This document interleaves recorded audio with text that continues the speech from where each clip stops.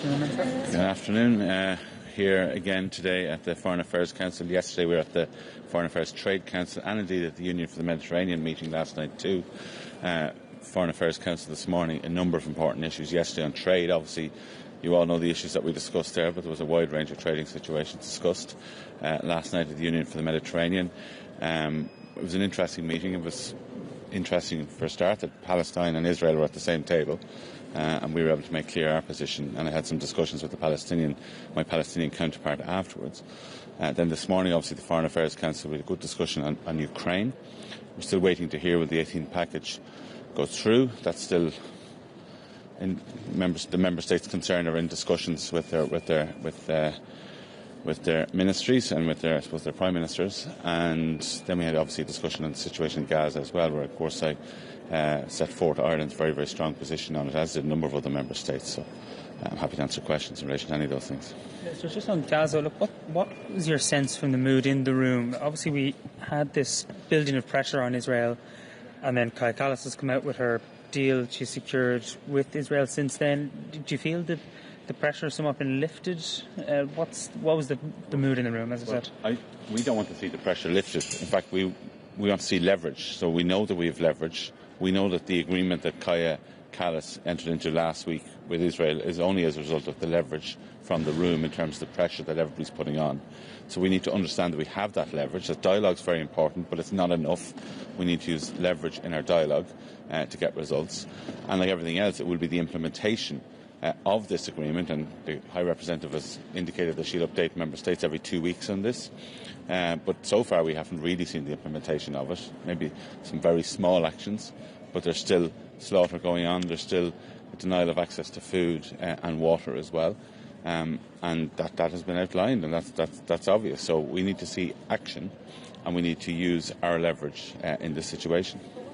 Minister, because we have this options paper. Is Ireland pushing for example, a suspension of the agreement, parts of the agreement? Everything on the table.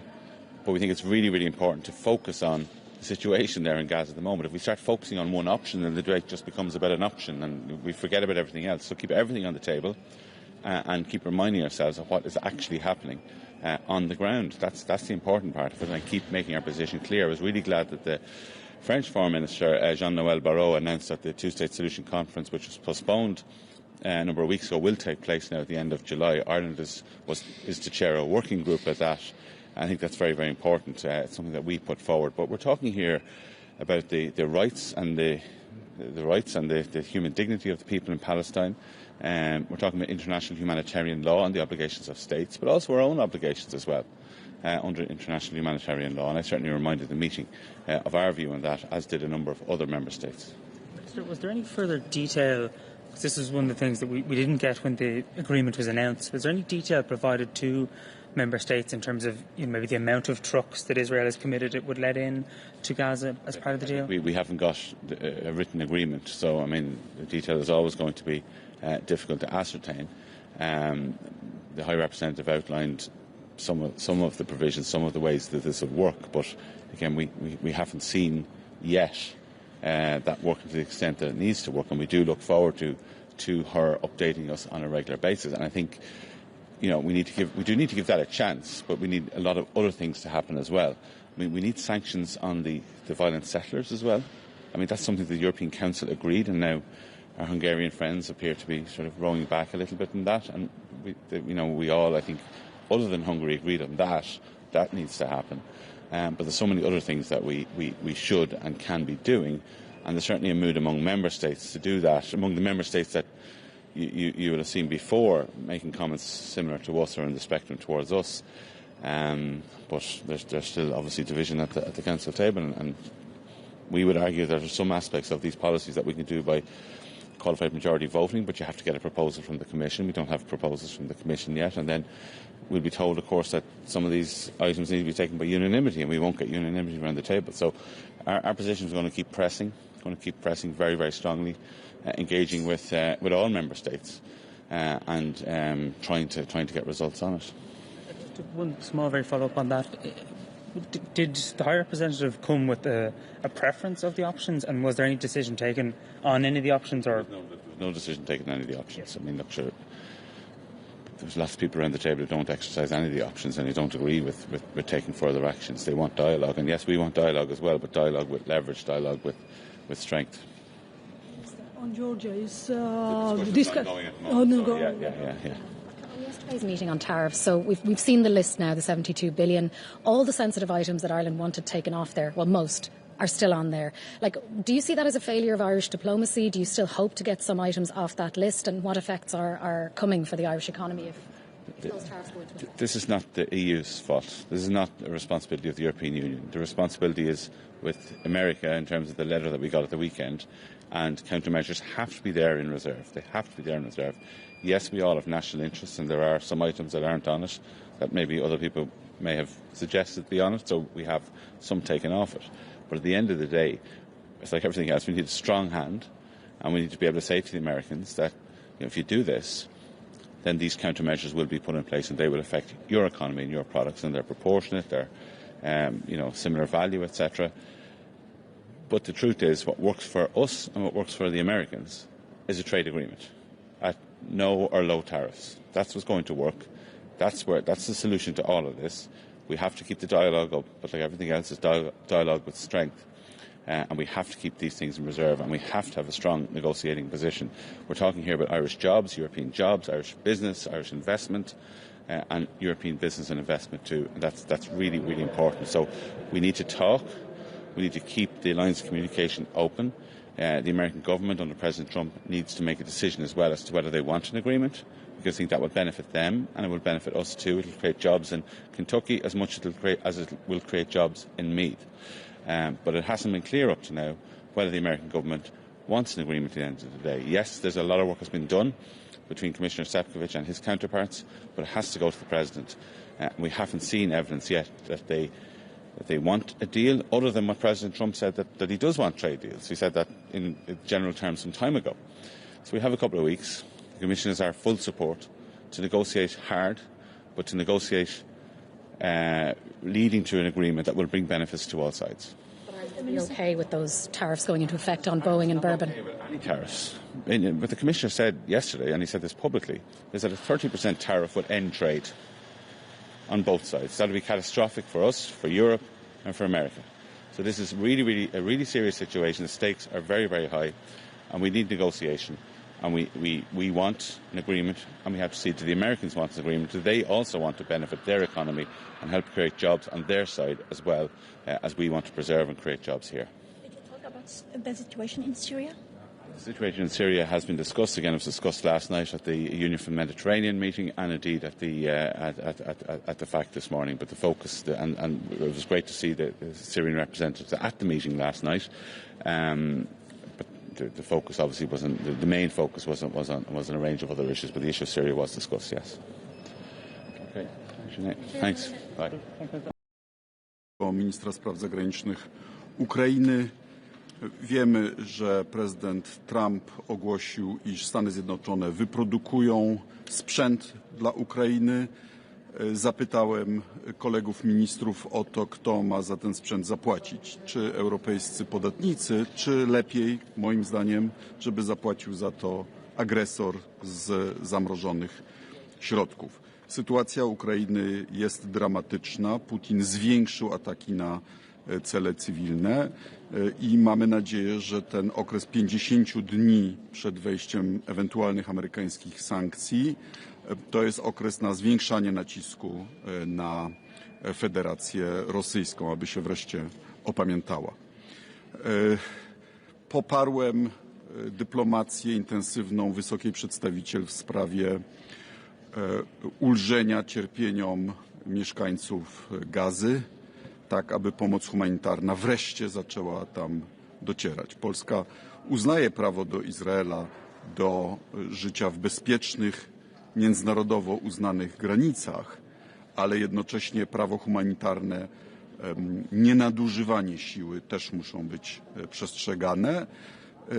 Wyraziłem też poparcie dla wprowadzenia sankcji dla fundamentalistów żydowskich na zachodnim brzegu, którzy w ostatnich dniach próbowali podpalić chrześcijański kościół z V wieku, kościół świętego Jerzego, jedna z ostatnich chrześcijańskich palestyńskich wiosek. Spotkałem się z byłym premierem Gruzji, który mnie poinformował o prześladowaniach wobec opozycji w tym kraju. Polska już przerzuciła środki ze wspierania rządu gruzińskiego w aspiracjach europejskich, bo ewidentnie Gruzja zeszła z tej ścieżki, na wspieranie społeczeństwa obywatelskiego.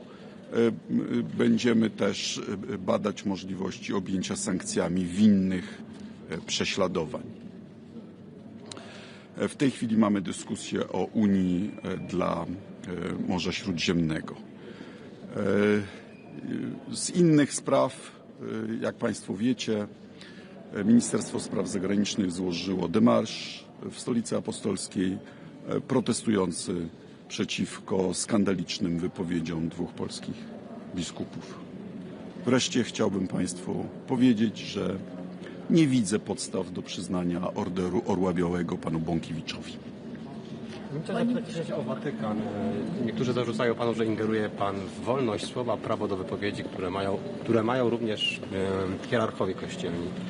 No tak, pan Braun też ma wolność wypowiedzi, ale zaprzeczanie Holokaustowi jest w Polsce karalne.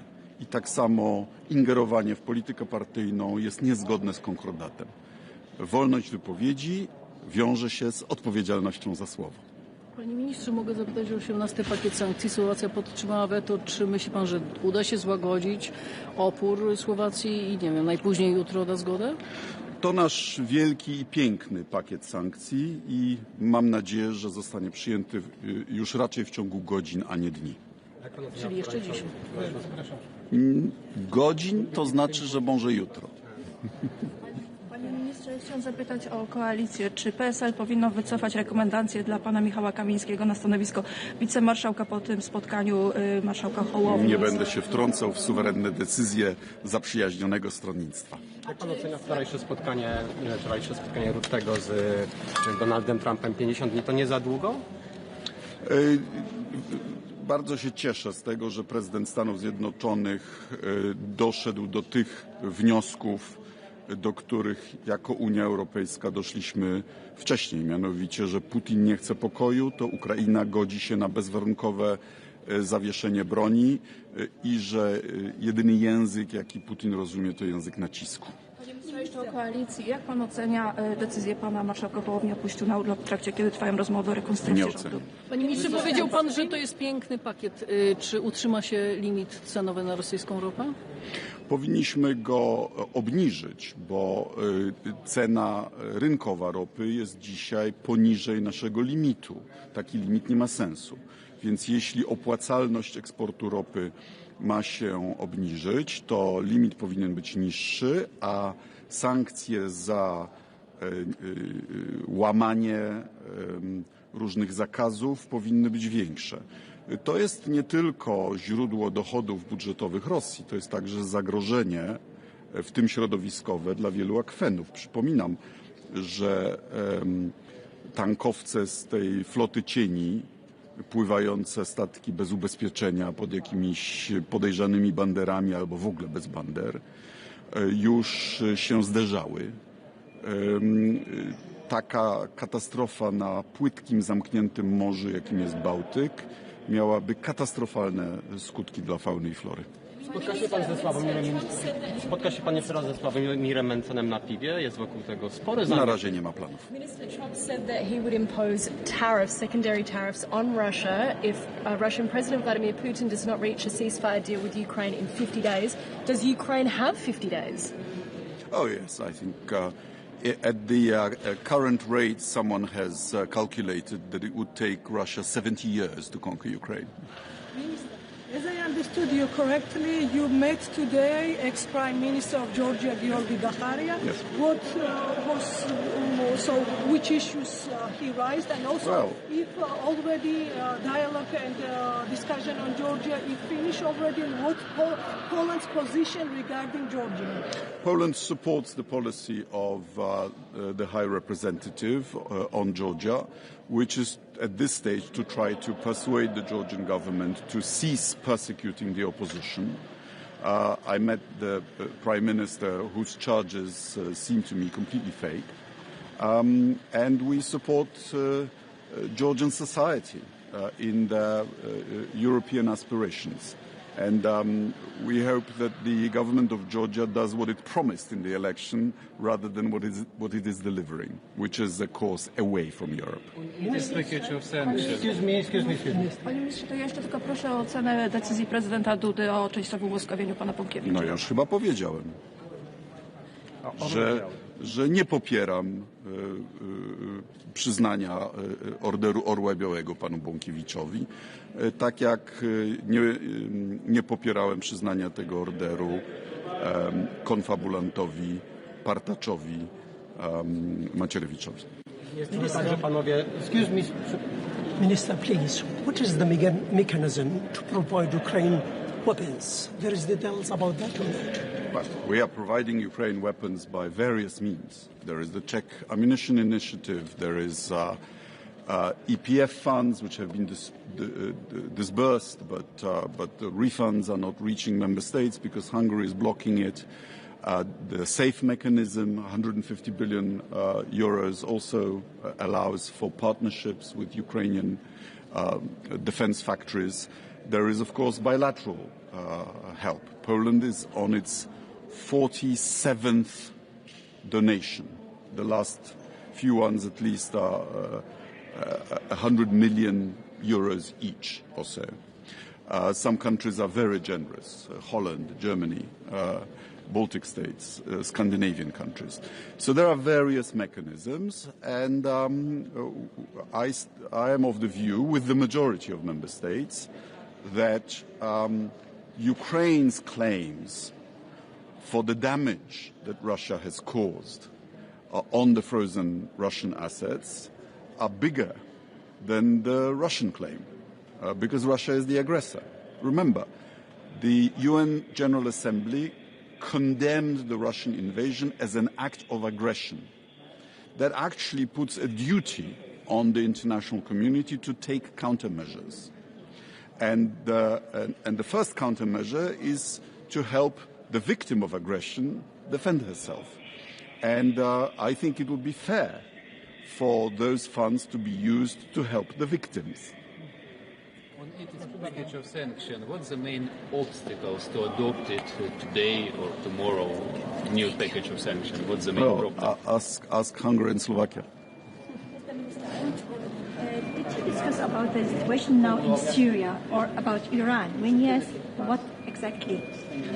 Iran and Syria was not directly on the agenda. The Middle East in general was. But we hope that Syria continues on the path of creating an inclusive government, and I hope that Iran comes into compliance and cooperation with the International Atomic Energy Committee, so that we can agency, so that we can establish the facts about the fate of the enriched uranium and the fate of the enrichment program. Mr. Minister, as we know, among the measures, possible measures on Georgia is a visa-free regime, a suspension of visa-free regime, as Kaja Kallas today informed us. So what is the position of official Warsaw? Will you support suspension of visa-free for Georgia? Well, I was born in communist Poland. It was an authoritarian regime, but which allowed us in some periods to travel abroad. And at that time, we particularly appreciated countries like Austria, Sweden, West Berlin, that allowed us visa-free access. It was a window to the world to us. So we think that restrictions should be put on those who are responsible for repression and not on the people of Georgia. Thank you so much. Dziękuję bardzo. Thank you. Minister do spraw europejskich Niemiec powiedział dzisiaj rano, że 17 pakietów sankcji, które zostały dotychczas przyjęte, nie przyniosło wystarczających rezultatów. Czy pan się z tym zgadza? Dlatego trzeba przyjąć kolejne mocniejsze pakiety. Zgadzam się w większości, natomiast proszę pamiętać, że sankcje to nie jest coś, co się narzuca raz i potem już można spocząć na laurach. Podam panu przykład. W 18 pakiecie sankcji jest wciągnięcie na listę sankcyjną 100 kilkudziesięciu kolejnych statków z tak zwanej floty cieni, na której już jest prawie 500 statków, plus minus. Bo to tak jest, że sankcje zawsze muszą być kroczące, bo kraje i firmy naruszające sankcje wymyślają nowe sposoby na ich obchodzenie i my musimy ciągle tworzyć instrumenty na to, aby te sankcje były efektywne. Dziękuję bardzo. Dziękuję bardzo.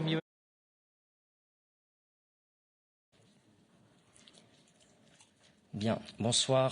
Welcome to the press conference following the Foreign Affairs Council. The High Representative will brief you on the discussions with the ministers, and then we will open the floor to your questions. High Representative, the floor is yours.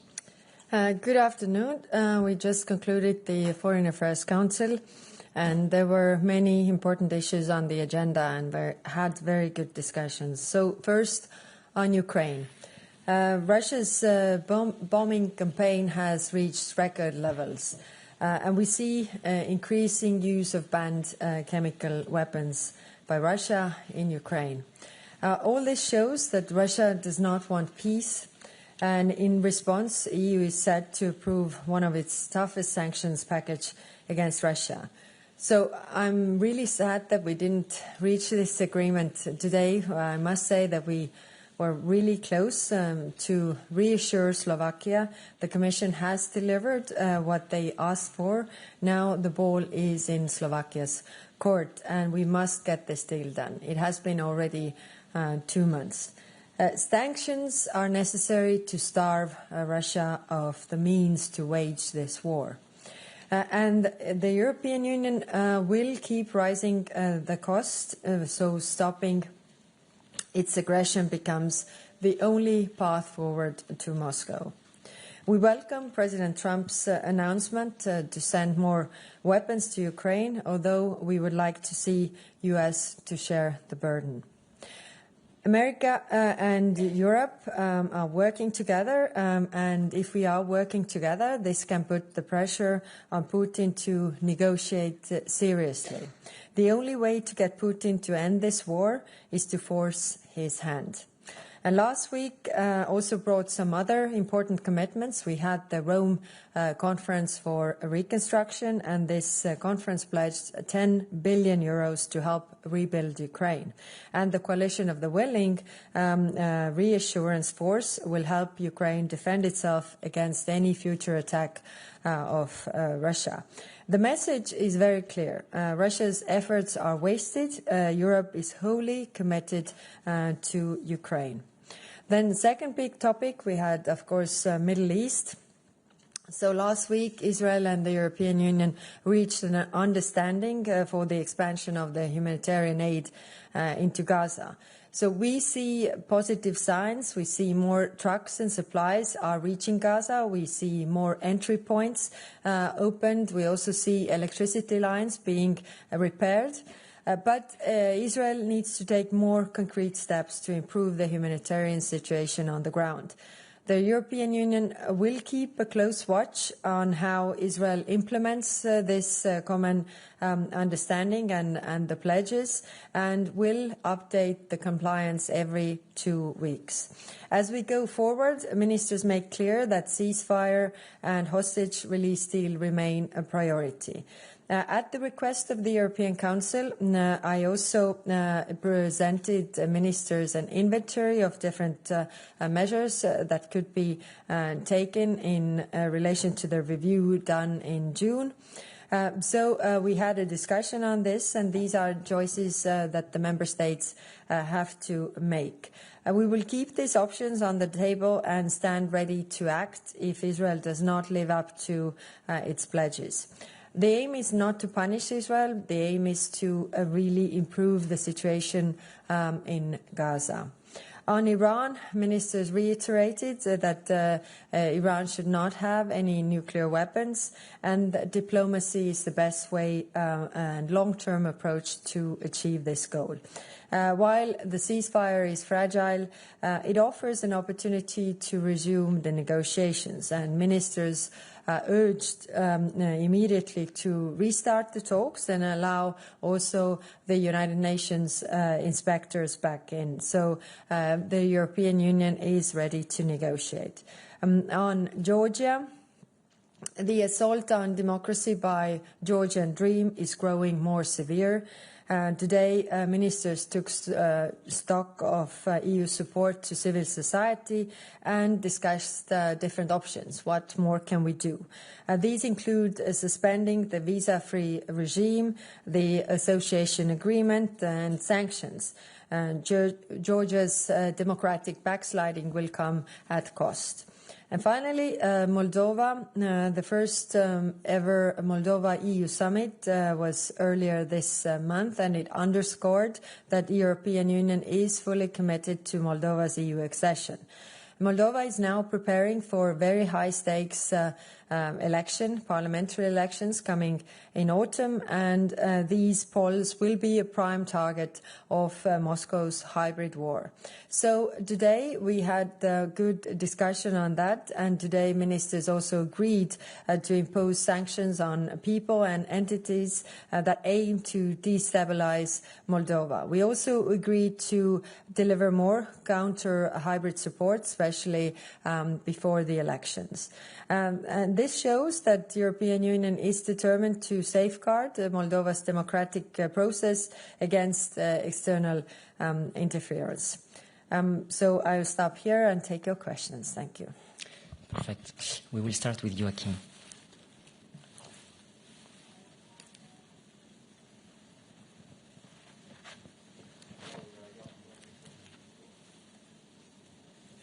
No worries. Hello, Joachim Clementi from National Estonian Public Broadcasting. Sorry. So, what happens with the sanctions package now? I'm reading a tweet from Slovak Prime Minister Robert Fico, which says that the Commission is giving them insufficient guarantees, nothing in terms of what they want. He says something that he wants is an exemption from the Repower EU plan to stop all energy imports into the EU, to fulfill their contracts with Gazprom until 2034. So is the Commission willing to grant concessions in this long-term Repower EU plan to get this sanctions package over the line, or what happens from now with the package? These negotiations have been ongoing for quite some time, and as you see, the Commission, the President of the Commission also sent a letter to Prime Minister of Slovakia reiterating all the things that were really addressing the concerns that they had, and so far it seemed okay.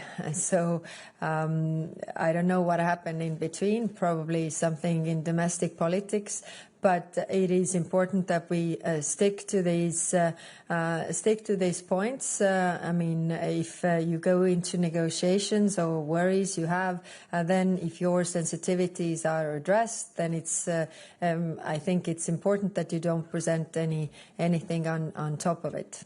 Thank you. Thank you. Follow up, please. Yes. You said to the morning that maybe tomorrow as well, if not today. Is this still what you're hoping for, or what happens from now? Yeah. No, I was hoping for today, so we really, in the end, really made one final push for that as well. But tomorrow is the discussions also on the technical level. So yes, I'm optimistic and still hopeful that we will reach the decision tomorrow. I want to emphasize that this has been going on for 2 months, so trying to find a solution. And I think the messages also that come from different parts of the world really understanding that we need to put the pressure on Russia. So we should also deliver on that. But at the same time, when I'm saying this, then we have 27 different democracies with 27 different public opinions and oppositions as well. So we need to navigate in that process. But I'm still hopeful that we will get the decision tomorrow. Vitaly, yes. Vitaly. Vitaly Sizov, Freedom. From your point of view, how reasonable this request of Slovakia? This first question, and the second question, maybe you discuss the possibility of usage frozen assets to pay for American weapons and to send it for Ukraine. Thank you. Thank you. So it's not up to me to assess whether requests are reasonable or not. It is every prime minister comes from their own political situation and the worries that are domestically there. So I wouldn't give my assessment, and it doesn't matter anyhow. I mean, the requests are there. When it comes to your other question was, yes, exactly. It is clear that we need more and more funding to stop this war, to Ukraine defend itself, and also to really help Ukraine to defend itself. Now, we have very different views on the frozen assets between the member states. So we have agreed to have a discussion on frozen assets only in the Gimnich format that we have in August with the ministers, because it's important that everybody hears everybody's arguments, and then we can also come up with compromises to address these sensitivities, because I think in the end we all have our own public opinions. We have our taxpayers, and our taxpayers are asking, why isn't Russia, who is causing all the damage, paying for this damage and all the needs that there are? And this is a fair question. Thank you. We'll go on the front for Nick here. Thank you. Thanks, Nick from Politico. I just wanted to ask you to expand a little bit on the use of chemical weapons in Ukraine. Is that coming from your own information sources? You're getting that from the Ukrainians? And what was the sort of response in the room? Are we condemning that as the EU? It seems like it's crossing a red line. And the other one on Georgia, you mentioned this morning that a letter was sent from the Commission to Georgia. Just wanted to ask you to tell us a little bit what was in that letter and what might be the next steps there. Thank you. This on the chemical weapons. This was the information from the Dutch and German intelligence on this, that they are using the chemical weapons, and of course that it's intensifying, and it's actually public sources as well. I mean, the Ministry of Defense of Netherlands has published this. I will not read it out, also the details there, but it was also surprising for me to hear that since the start of the large-scale invasion in 2022, Russia Russia has carried out more than 9,000 chemical weapons attacks on Ukrainian troops. So that's quite significant. And as these intelligence services are saying that this is intensifying, then I think it's of great concern. Again, it shows that Russia wants to cause as much pain and suffering as possible so that Ukraine would surrender. And, it's really, unbearable, and that's why we are taking all these steps. Now, on your other question, when it comes to the letter to Georgia, then, as you know, we have the visa-free travel regime for Georgia since 2017, and this is a big benefit that the European Union is giving to countries.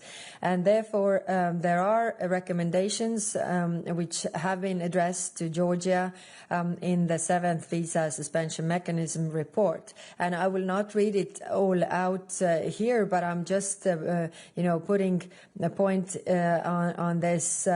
For example, the obligations that the Georgian government has to ensure and uphold the protection of fundamental rights of all Georgian citizens, including the freedoms of association, assembly and expression, the right to privacy, the right to participate in public affairs, as well as the prohibition of discrimination. This is just one point, and there are 8 points like this. So the point being that as they have been giving a deadline until the end of August to comply with this, then the question is how do we then react if these recommendations have not been fulfilled. And as we hear that, for example, 7 opposition leaders out of 8 have been put in jail, this is not really in accordance with the first point that I pointed out. So far we have kept this position that we don't want to hurt Georgian people, and taking away the visa-free regime is really having an impact on them. But at the same time, it's also an issue of credibility of the European Union. If we have asked those things, and this is something beneficial or bonus that we are giving to this country, they are not complying with these conditions, then there are also consequences in order for the public also to see that the government is not on the European path and is not, taking the candidacy status seriously. We'll go over there. Max Olivier, AFP.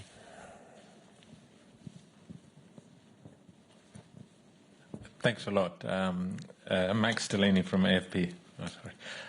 But in your introduction, you said that you welcome Donald Trump's initiative to on the weapons to arm Ukraine, but you want the US to share the burden. What do you mean by that? Can you explain that a bit more? You mean that you don't think it's right that the US is just asking Europe and and Canada to pay for all of these weapons? Well, if we pay for these weapons, it's our support. So it's European support. And we are doing as much as we can to help Ukraine, and therefore the call is that everybody would do the same. It's if you promise to give the weapons but say that somebody else who is going to pay for it, it's not really given by you, is it? And we'll take a last one over there. Noureddin? Noureddin Fridi, Al-Arabiya. Madam High Representative, on the agreement you have with Israel last Friday, since then dozens and dozens of Palestinians are being killed, and as you said, you are going to follow that very closely and report maybe in 2 weeks' time. Madam High Representative, if I look to the agenda, we are in the summer break now. No next FAC until October, means that the Palestinian, hundreds of Palestinians could be killed in them. So my question is, as the agreement is not fully implemented now, which guarantee you may have soon to let know the Israelis that there are some leverage and instrument should be activated. And I understood that there is no instrument in your hand today. Thank you. Thank you. Yes, of course, it is important, the implementation of the agreement. And yes, we see some worrying signs, but we also see some good signs. I mean, like I said, the border crossings have been opened. We see more trucks going in. We see also reparations of the electricity network and such things, but it's clearly not enough because the situation is still untenable. Now, we agreed that this briefing, I mean, our people are constant contact with the international actors on the ground and also Israel, also the neighboring countries that are, having the control of the crossing points so that they can say what is the actual numbers that are going in. And we agreed that we are doing this via the BSC ambassadors. So every 2 weeks they get updates what is the situation on the ground. Now, the only guarantee we have is that the inventory of all the options that could be taken by the member states is presented, and if the situation is not going to improve, then the member states are also willing to take next steps, because the goal is to improve the situation, because it's really untenable, the humanitarian situation. I mean, we reached this common understanding the end of last week. Today we are in Tuesday. We also heard from our Jordanian counterparts that yes, it's more aid going in, and we see some positive signs. And of course, I mean, we need to do more. That's very clear, and we keep on monitoring this. But we do this hand in hand with our international counterparts who are on the ground, like the World Food Programme and who are there. What I want to stress is that why is it much harder right now than it was when there was a ceasefire? Because the war is going on. So also the providers of humanitarian aid are actually at risk.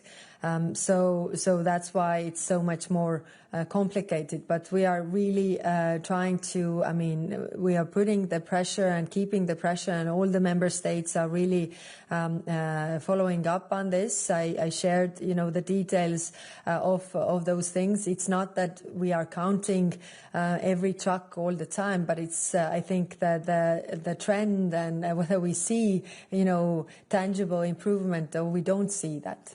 I think that's the overall conclusion.